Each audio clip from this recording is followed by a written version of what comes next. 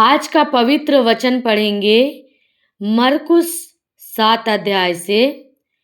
परंपरा पालन का प्रश्न। तब फरीसी और कुछ शास्त्री जो यरूशलेम से आए थे उसके पास इकट्ठा हुए और उन्होंने उसके कुछ चेलों को अशुद्ध अर्थात बिना धोए हाथों से रोटी खाते देखा, क्योंकि फरीसी और सब यहूदी पूर्वजों की परंपरा पर चलते हैं और जब तक भली भांति हाथ नहीं धो लेते तब तक नहीं खाते, और बाजार से आकर जब तक स्नान नहीं कर लेते तब तक नहीं खाते। और बहुत सी अन्य बातें हैं जो उनके पास मानने के लिए पहुंचाई गई हैं, जैसे कटोरों और लोटों और तांबे के बर्तनों को धोना मांजना। इसलिए उन फरीसियों और शास्त्रियों ने उससे पूछा, तेरे चेले क्यों पूर्वजों की परंपराओं पर नहीं चलते और बिना धोए हाथों से रोटी खाती हैं? उसने उनसे कहा, यशायाह ने तुम कपटियों के विषय में बहुत ठीक भविष्यवाणी की, जैसा लिखा है, ये लोग ओंठों से तो मेरा आदर करते हैं पर उनका मन मुझसे दूर रहता है। ये व्यर्थ मेरी उपासना करते हैं, क्योंकि मनुष्यों की आज्ञाओं को धर्मोपदेशक करके सिखाते हैं। क्योंकि तुम परमेश्वर की आज्ञा को टालकर मनुष्यों की रीतियों को मानते हो। उसने उनसे कहा, तुम अपनी परंपराओं को मानने के लिए परमेश्वर की आज्ञा कैसी अच्छी तरह टाल देते हो, क्योंकि मूसा ने कहा है, अपने पिता और अपनी माता का आदर कर, और जो कोई पिता व माता को बुरा कहे वह अवश्य मार डाला जाए। परंतु तुम कहते हो कि यदि कोई अपने पिता व माता से कहे, जो कुछ तुझे मुझसे लाभ पहुंच सकता था वह कुर्बान अर्थात संकल्प हो चुका, तो तुम उसको उसके पिता व उसकी माता की कुछ सेवा करने नहीं देते। इस प्रकार तुम अपनी परंपराओं से, जिन्हें तुमने ठहराया है, परमेश्वर का वचन टाल देते हो और ऐसे ऐसे बहुत से काम करते हो, मनुष्य को अशुद्ध करने वाली बातें। तब उसने लोगों को अपने पास बुलाकर उनसे कहा, तुम सब मेरी सुनो और समझो। ऐसी कोई वस्तु नहीं जो मनुष्य में बाहर से समाकर उसे अशुद्ध करे, परंतु जो वस्तुएं मनुष्य के भीतर से निकलती हैं वे ही उसे अशुद्ध करती हैं। यदि किसी के सुनने के कान हो तो सुन ले। जब वह भीड़ के पास से घर में गया तो उसके चेलों ने इस दृष्टांत के विषय में उससे पूछा। उसने उनसे कहा, क्या तुम भी ऐसे ना समझ हो? क्या तुम नहीं समझते कि जो वस्तु बाहर से मनुष्य के भीतर जाती है वह उसे अशुद्ध नहीं कर सकती, क्योंकि वह उसके मन में नहीं परंतु पेट में जाती है और संडास में निकल जाती है। यह कहकर उसने सब भोजन वस्तुओं को शुद्ध ठहराया। फिर उसने कहा, जो मनुष्य में से निकलता है वही मनुष्य को अशुद्ध करता है, क्योंकि भीतर से अर्थात मनुष्य के मन से बुरे बुरे विचार, बेविचार, चोरी, हत्या, परस्त्री गमन, लोभ, दुष्टता, छल, लुचपन, कुदृष्टि, निंदा, अभिमान और मूर्खता निकलती हैं। ये सब बुरी बातें भीतर ही से निकलती हैं और मनुष्य को अशुद्ध करती हैं। शुरू फीनीकी जाति की स्त्री का विश्वास। फिर वह वहां से उठकर शुर और सैदा के देशों में आया और एक घर में गया और चाहता था कि कोई ना जाने, परंतु वह छिप ना सका और तुरंत एक स्त्री जिसकी छोटी बेटी में अशुद्ध आत्मा थी उसकी चर्चा सुनकर आई और उसके पांव पर गिरी। यह यूनानी और शुरूफिनी की जाति की थी। उसने उससे विनती की कि मेरी बेटी में से दुष्ट आत्मा निकाल दे।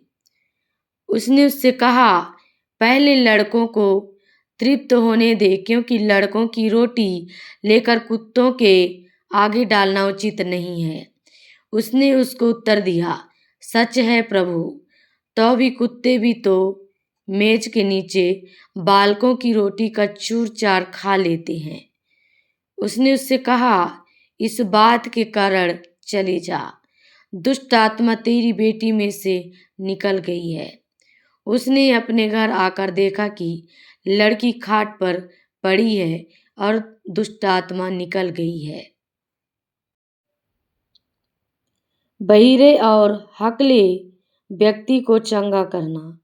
फिर वह सूर और सैदा के देशों से निकलकर दिकापुलिस से होता हुआ गलील की झील पर पहुंचा, तो लोगों ने एक बहिरे को, जो हकला भी था, उसके पास लाकर उससे विनती की कि अपना हाथ उस पर रखे।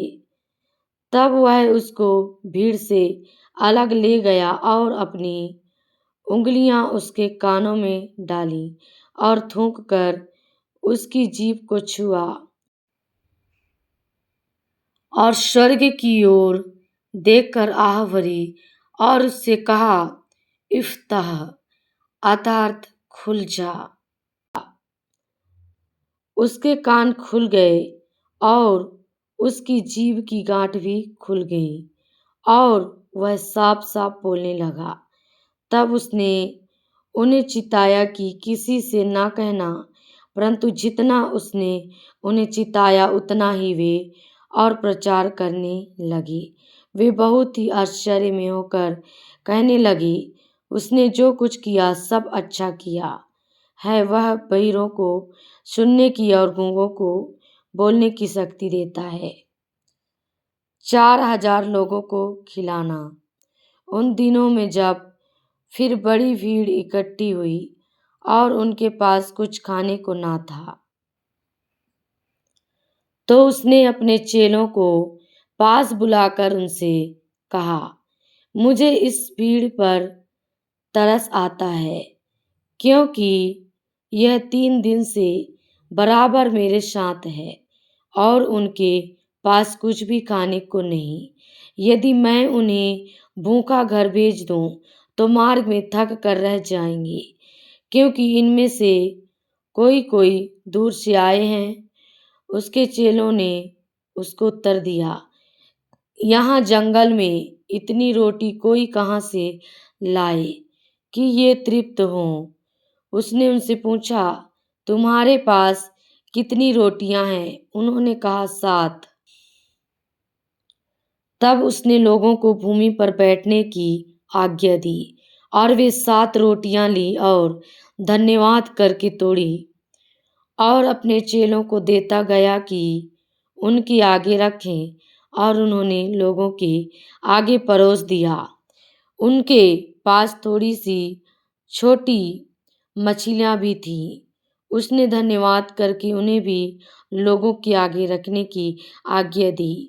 वे खाकर तृप्त हो गए और चेलों ने शेष टुकड़ों के 7 टोकरे भरकर उठाए और लोग 4000 के लगभग थे। तब उसने उनको विदा किया और वह तुरंत अपने चेलों के साथ नाव पर चढ़कर दलमनूता प्रदेश को चला गया। फरीसियों द्वारा स्वर्गीय चिन्ह की मांग। फिर फरीसी आकर उससे वाद विवाद करने लगे और उसे जांचने के लिए उससे कोई स्वर्गीय चिन्ह मांगा।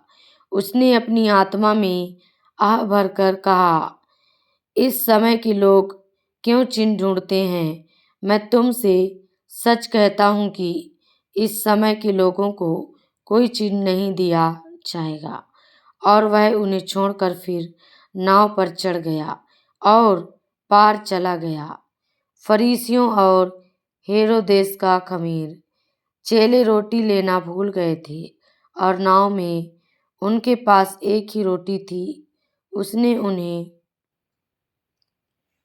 चिताया, देखो, फरीसियों के खमीर और हेरोदेस के खमीर से चौकस रहो।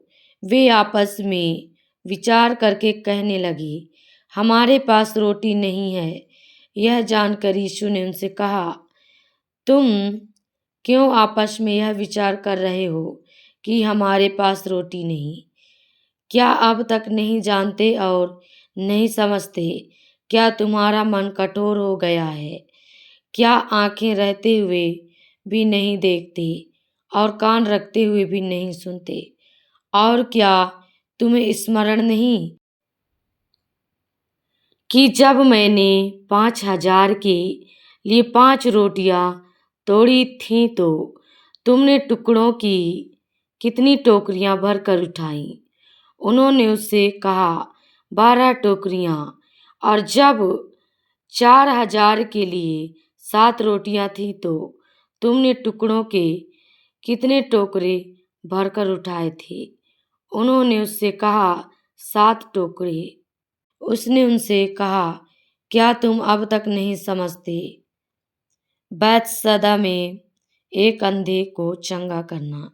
वे बैतसैदा में आए और लोग एक अंधे को उसके पास ले आए और उससे विनती की कि उसको छुए। वह उस अंधे का हाथ पकड़कर उसे गांव के बाहर ले गया और उसकी आंखों में थूक कर उस पर हाथ रखे और उससे पूछा, क्या तू कुछ देखता है? उसने आंख उठाकर कहा, मैं मनुष्य को देखता हूँ। वे मुझे चलते हुए पेड़ों जैसे दिखाई देते हैं। तब उसने दोबारा उसकी आंखों पर हाथ रखे और अंधे ने ध्यान से देखा। वह चंगा हो गया और सब कुछ साफ साफ देखने लगा। उसने उसे यह कहकर घर भेजा, इस गांव के भीतर पांव भी ना रखना। पतरस का यीशु को मसीह स्वीकार करना। यीशु और उसके चेले कैसरिया फिलिपी के गांवों में चले गए। मार्ग में उसने अपने चेलों से पूछा, लोग मुझे क्या कहते हैं? उन्होंने उत्तर दिया, यूहन्ना बपतिस्मा देने वाला, पर कोई कोई एलिया और कोई कोई भविष्यवक्ताओं में से एक भी कहते हैं। उसने उनसे पूछा, परंतु तुम मुझे क्या कहते हो? पतरस ने उसको उत्तर दिया, तू मसीह है। तब उसने उन्हें चिताकर कहा कि मेरे विषय में यह किसी से ना कहना। अपनी मृत्यु के विषय यीशु की भविष्यवाणी। तब वह उन्हें सिखाने लगा कि मनुष्य के पुत्र के लिए अवश्य कि वह बहुत दुख उठाए और पुरनिये और प्रधान याजक और शास्त्री उसे तुच्छ समझकर मार डाले और वह 3 दिन के बाद जी उठे। उसने यह बात उनसे साफ साफ कह दी। इस पर पतरस उसे अलग ले जाकर झिड़कने लगा, परंतु उसने फिरकर अपने चेलों की ओर देखा और पतरस को झिड़क कर कहा, हे शैतान, मेरे सामने से दूर हो, क्योंकि तू परमेश्वर की बातों पर नहीं परंतु मनुष्यों की बातों पर मन लगाता है। यीशु के पीछे चलने का अर्थ। उसने भीड़ को अपने चेलों समेत पास बुलाकर उनसे कहा, जो कोई मेरे पीछे आना चाहे वह अपने आपे से इनकार करे और अपना क्रूस उठाकर मेरे पीछे हो ले। क्योंकि जो कोई अपना प्राण बचाना चाहे वह उसे खोएगा, पर जो कोई मेरे और सुसमाचार के लिए अपना प्राण खोएगा वह उसे बचाएगा। यदि मनुष्य सारे जगत को प्राप्त करे और अपने प्राण की हानि उठाए तो उसे क्या लाभ होगा? मनुष्य अपने प्राण के बदले क्या देगा? जो कोई इस व्यभिचारी और पापी जाति के बीच मुझसे और मेरी बातों से लजाएगा, मनुष्य का पुत्र भी जब वह पवित्र दूतों के साथ अपने पिता की महिमा सहित आएगा, तब उससे भी लजाएगा। उसने उनसे कहा, मैं तुमसे सच कहता हूँ कि जो यहाँ खड़े हैं, उनमें से कोई कोई ऐसे हैं कि जब तक परमेश्वर के राज्य को सामर्थ्य सहित आया हुआ न देख लें, तब तक मृत्यु का स्वाद कदापि न चखेंगे। यीशु का रूपांतर। 6 दिन के बाद यीशु ने पतरस और याकूब और यूहन्ना को साथ लिया और एकांत में किसी ऊंचे पहाड़ पर ले गया। वहां उनके सामने उसका रूप बदल गया और उसका वस्त्र ऐसा चमकने लगा और यहाँ तक उज्जवल हुआ कि पृथ्वी पर कोई धोबी भी वैसा उज्जवल नहीं कर सकता। और उन्हें मूसा के साथ एलिय्याह दिखाई दिया। वे यीशु के साथ बातें करते थे। इस पर पतरस ने यीशु से कहा, हे रब्बी, हमारा यहाँ रहना अच्छा है। इसलिए हम 3 मंडप बनाए, एक तेरे लिए, एक मूसा के लिए और एक एलिय्याह के लिए। क्योंकि वह ना जानता था कि क्या उत्तर दे, इसलिए कि वे बहुत डर गए थे। तब एक बादल ने उन्हें छा लिया और उस बादल में से यह शब्द निकला, यह मेरा प्रिय पुत्र है, इसकी सुनो। तब उन्होंने एकाएक चारों ओर दृष्टि की और यीशु को छोड़ अपने साथ और किसी को ना देखा। पहाड़ से उतरते समय उसने उन्हें आज्ञा दी कि जब तक मनुष्य का पुत्र मरे हुओं में से जी ना उठे, तब तक जो कुछ तुमने देखा है वह किसी से ना कहना। उन्होंने इस बात को स्मरण रखा और आपस में वाद विवाद करने लगे, मरे हुओं में से जी उठने का क्या अर्थ है? और उन्होंने उससे पूछा, शास्त्री क्यों कहते हैं कि एलिय्याह का पहले आना अवश्य है? उसने उन्हें उत्तर दिया, एलिय्याह सचमुच पहले आकर सब कुछ सुधारेगा, परंतु मनुष्य के पुत्र के विषय में यह क्यों लिखा है कि वह बहुत दुख उठाएगा और तुच्छ गिना जाएगा। परंतु मैं तुमसे कहता हूँ कि एलिय्याह तो आ चुका और जैसा उसके विषय में लिखा है, उन्होंने जो कुछ चाहा उसके साथ किया, दुष्ट आत्माग्रस्त बालक को चंगा करना।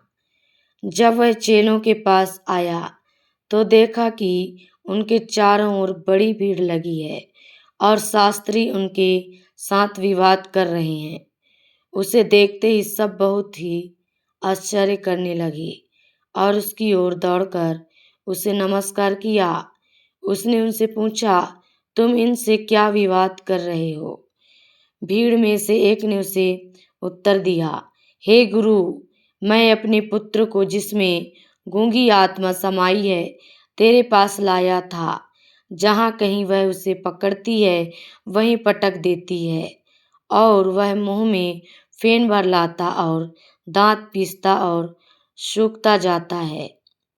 मैंने तेरे चेलों से कहा कि वे उसे निकाल दें, परंतु वे निकाल ना सके।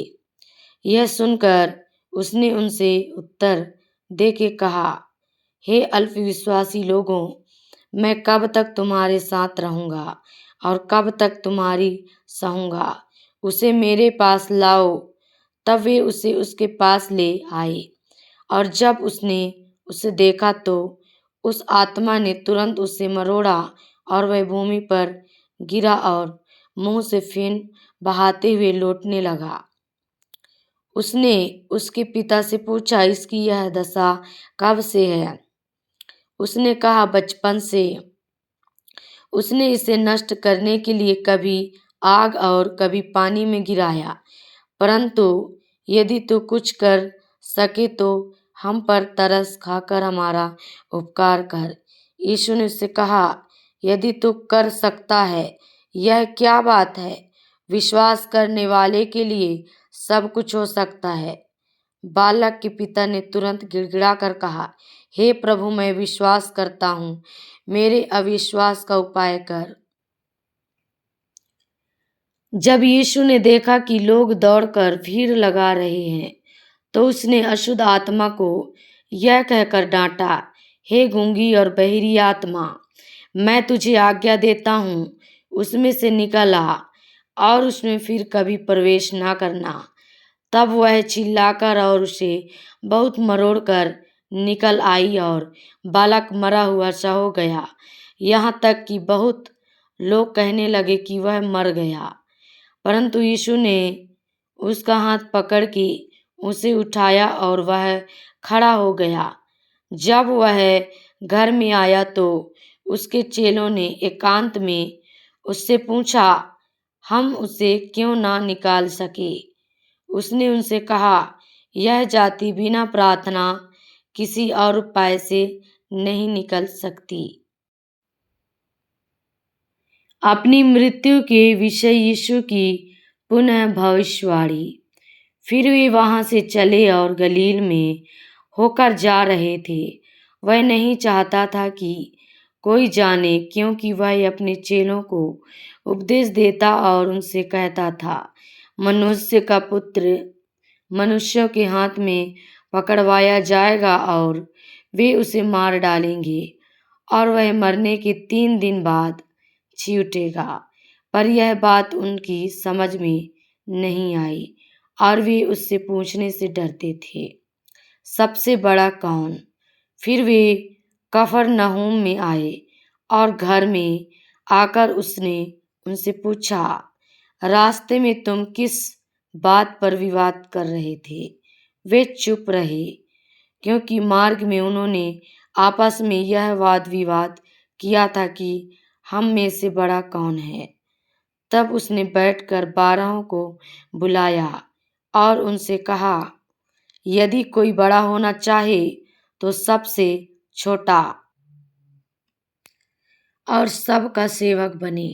और उसने एक बालक को लेकर उनके बीच में खड़ा किया और उसे गोद में लेकर उनसे कहा, जो कोई मेरे नाम से ऐसे बालकों में से किसी एक को भी ग्रहण करता है, वह मुझे ग्रहण करता है, और जो कोई मुझे ग्रहण करता वह मुझे नहीं वरन मेरे भेजने वाले को ग्रहण करता है।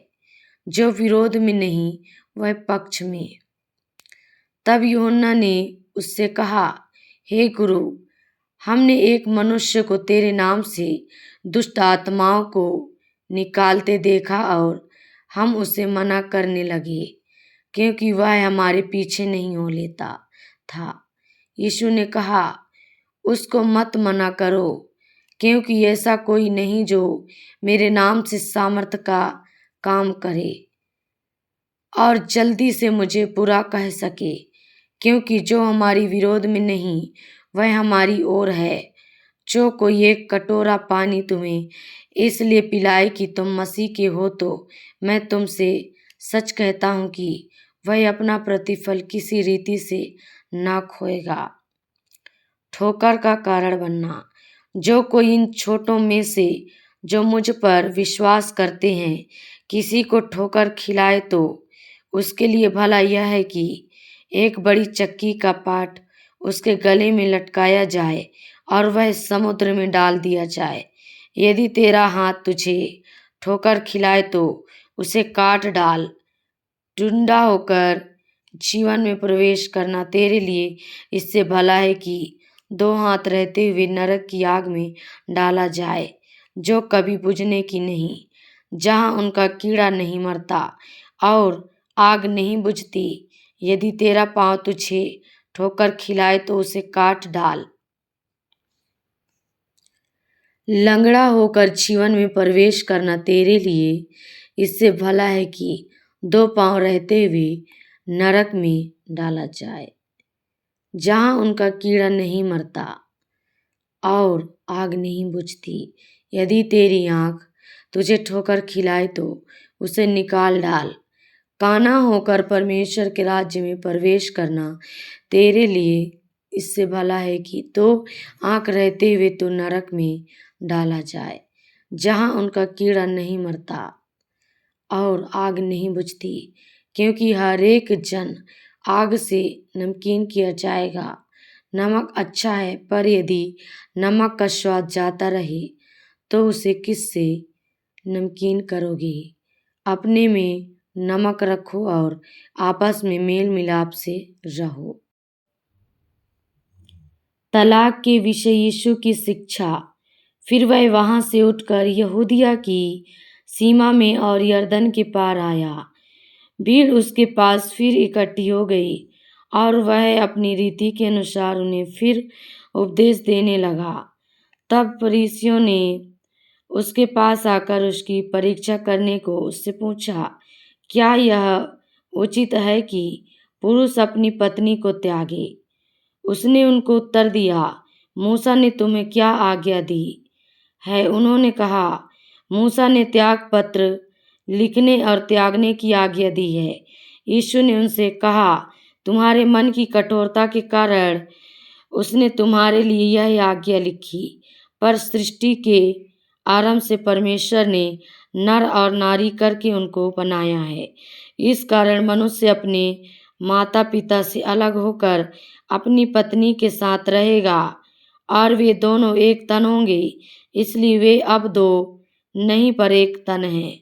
इसलिए जिसे परमेश्वर ने जोड़ा है उसे मनुष्य अलग ना करे। घर में चेलों ने इसके विषय में उससे फिर पूछा। उसने उनसे कहा, जो कोई अपनी पत्नी को त्याग कर दूसरी से विवाह करे तो वह उस पहली के विरोध में व्यभिचार करता है। और यदि पत्नी अपने पति को छोड़कर दूसरे से विवाह करे तो वह व्यभिचार करती है। बालकों को आशीर्वाद। फिर लोग बालकों को उसके पास लाने लगे कि वह उन पर हाथ रखे, पर चेलों ने उनको डांटा। यीशु ने यह देख क्रुद्ध होकर उनसे कहा, बालकों को मेरे पास आने दो और उन्हें मना ना करो, क्योंकि परमेश्वर का राज्य ऐसो ही का है। मैं तुमसे सच कहता हूँ कि जो कोई परमेश्वर के राज्य को बालक के समान ग्रहण ना करे वह उसमें कभी प्रवेश करने ना पाएगा। और उसने उन्हें गोद में लिया और उन पर हाथ रखकर उन्हें आशीष दी। धनी युवक और अनंत जीवन। जब वह वहां से निकलकर मार्ग में जा रहा था तो एक मनुष्य उसके पास दौड़ता हुआ आया और उसके आगे घुटने टेक कर उससे पूछा, हे उत्तम गुरु, अनंत जीवन का अधिकारी होने के लिए मैं क्या करूं? यीशु ने उससे कहा, तू मुझे उत्तम क्यों कहता है? कोई उत्तम नहीं, केवल एक अर्थात परमेश्वर। तू आज्ञाओं को तो जानता है, हत्या ना करना, व्यभिचार ना करना, चोरी ना करना, झूठी गवाही ना देना, छल ना करना, अपने पिता और अपनी माता का आदर करना। उसने उससे कहा, हे गुरु, इन सब को मैं लड़कपन से मानता आया हूँ। यीशु ने उस पर दृष्टि करके उससे प्रेम किया और उससे कहा, तुझ में एक बात की घटी है। जा, जो कुछ तेरा है उसे बेचकर कंगालों को दे और तुझे स्वर्ग में धन मिलेगा, और आकर मेरे पीछे हो ले। इस बात से उसके चेहरे पर उदासी छा गई और वह शोक करता हुआ चला गया, क्योंकि वह बहुत धनी था। यीशु ने चारों ओर देखकर अपने चेलों से कहा, धनवानों का परमेश्वर के राज्य में प्रवेश करना कैसा कठिन है। चेले उसकी बातों से अचंभित हुए। इस पर यीशु ने फिर उनसे कहा, हे बालकों, जो धन पर भरोसा रखते हैं उनके लिए परमेश्वर के राज्य में प्रवेश करना कैसा कठिन है। परमेश्वर के राज्य में धनवानों के प्रवेश करने से ऊंट कसुई के नाके में से निकल जाना सहज है। वे बहुत ही चकित होकर आपस में कहने लगे, तो फिर किसका उद्धार हो सकता है? यीशु ने उनकी ओर देखकर कहा, मनुष्यों से तो यह नहीं हो सकता, परंतु परमेश्वर से हो सकता है, क्योंकि परमेश्वर से सब कुछ हो सकता है। पतरस उससे कहने लगा, देख, हम तो सब कुछ छोड़कर तेरे पीछे हो लिए हैं। यीशु ने कहा, मैं तुमसे सच कहता हूँ कि ऐसा कोई नहीं जिसने मेरे और सुसमाचार के लिए घर या भाइयों या बहनों या माता या पिता या बाल बच्चों या खेतों को छोड़ दिया हो और अब इस समय 100 गुणा ना पाए, घरों और भाइयों और बहनों और माताओं और बाल बच्चों और खेतों को, पर सताव के साथ और परलोक में अनंत जीवन। पर बहुत से जो पहले हैं पिछले होंगे और जो पिछले हैं वे पहले होंगे। अपनी मृत्यु के विषय यीशु की तीसरी भविष्यवाणी। वे यरूशलेम को जाते हुए मार्ग में थे और यीशु उनके आगे आगे जा रहा था। चेले अचंभित थे और जो उसके पीछे पीछे चलते थे वे डरे हुए थे। तब वह फिर उन 12 को लेकर उनसे वे बातें कहने लगा जो उस पर आने वाली थी। देखो, हम यरूशलेम को जाते हैं और मनुष्य का पुत्र प्रधान याजकों और शास्त्रियों के हाथ पकड़वाया जाएगा और वे उसको घात के योग्य ठहराएंगे और अन्य जातियों के हाथ में सौंपेंगे। वे उसको ठट्ठों में उड़ाएंगे, उस पर थूकेंगे, उसे कोड़े मारेंगे और उसे घात करेंगे और 3 दिन के बाद वह जी उठेगा। याकूब और यूहन्ना की विनती। तब जब्दी के पुत्र याकूब और यूहन्ना ने उसके पास आकर कहा, हे गुरु, हम चाहते हैं कि जो कुछ हम तुझसे मांगे वह तू हमारे लिए करे। उसने उनसे कहा, तुम क्या चाहते हो कि मैं तुम्हारे लिए करूं? उन्होंने उससे कहा, हम यह दे कि तेरी महिमा में हम में से एक तेरे दाहिने और दूसरा तेरे बाएं बैठे। यीशु ने उनसे कहा, तुम नहीं जानते कि क्या मांगते हो। जो कटोरा मैं पीने पर हूँ, क्या तुम पी सकते हो? और जो बपतिस्मा मैं लेने पर हूँ, क्या तुम ले सकते हो? उन्होंने उससे कहा, हमसे हो सकता है। यीशु ने उनसे कहा, जो कटोरा मैं पीने पर हूँ तुम पियोगे और जो बपतिस्मा मैं लेने पर हूँ उसे लोगे, पर जिनके लिए तैयार किया गया है उन्हें छोड़ और किसी को अपने दाहिने और अपने बाएं बैठाना मेरा काम नहीं। यह सुनकर दासों याकूब और यूहन्ना पर रिसियाने लगे। तो यीशु ने उनको पास बुलाकर उनसे कहा, तुम जानते हो कि जो अन्य जातियों के हाकिम समझे जाते हैं वे उन पर प्रभुता करते हैं और उनमें जो बड़े हैं उन पर अधिकार जताते हैं। पर तुम में ऐसा नहीं है, वरन जो कोई तुम में बड़ा होना चाहे वह तुम्हारा सेवक बने